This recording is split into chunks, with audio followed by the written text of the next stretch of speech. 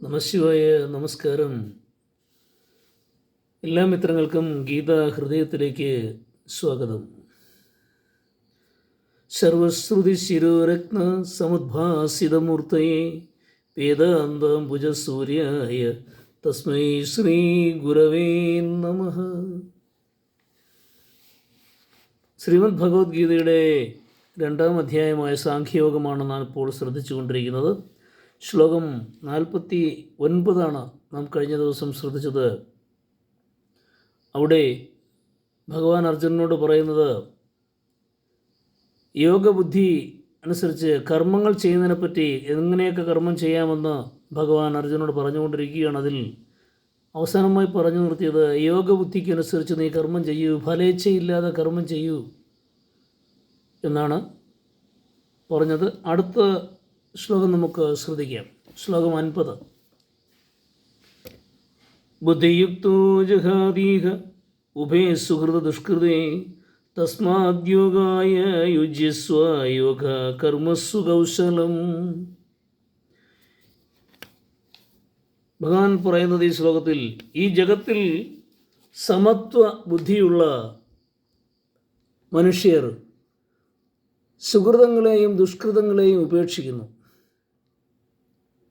അതിനാൽ ഈ സമത്വ രൂപബുദ്ധിയാൽ യോഗസാധന ചെയ്യുക, സമത്വ ബുദ്ധിയാകുന്ന യോഗം തന്നെയാണ് കർമ്മകുശലത. സമത്വ ബുദ്ധിയോടെ കർമ്മം ചെയ്യാനാണ് ഭഗവാൻ പറയുന്നത്. ആ സമത്വ ബുദ്ധിയെയാണ് കർമ്മകുശലത എന്ന് പറയുന്നത്. അതായത് ദുഷ്കൃതത്തിൽ ആസക്തിയുള്ളതിനേക്കാൾ സുഹൃതത്തിൽ ആണ് ആസക്തി വന്നുപെടുക.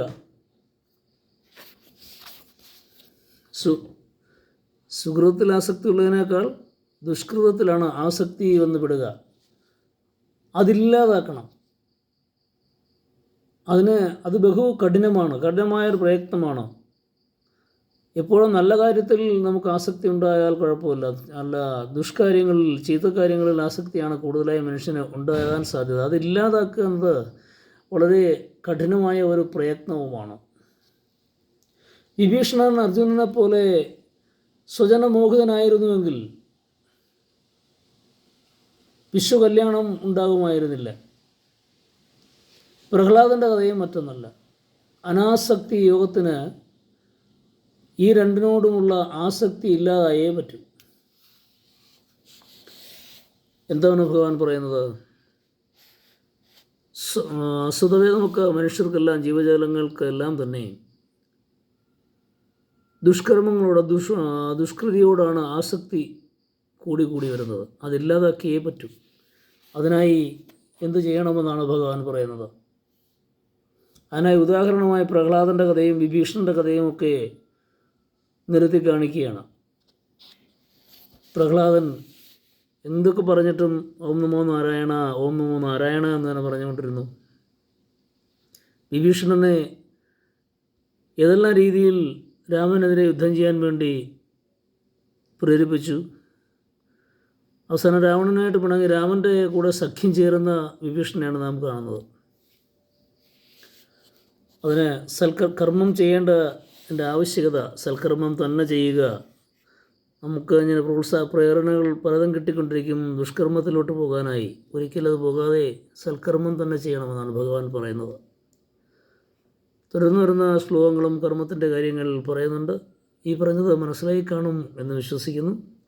ഗുരു പാതാരബിന്ദങ്ങളിൽ സമർപ്പിക്കുന്നു. ഏവർക്കും നല്ലൊരു ദിവസം ലഭിക്കട്ടെ എന്ന് പ്രാർത്ഥിക്കുന്നു.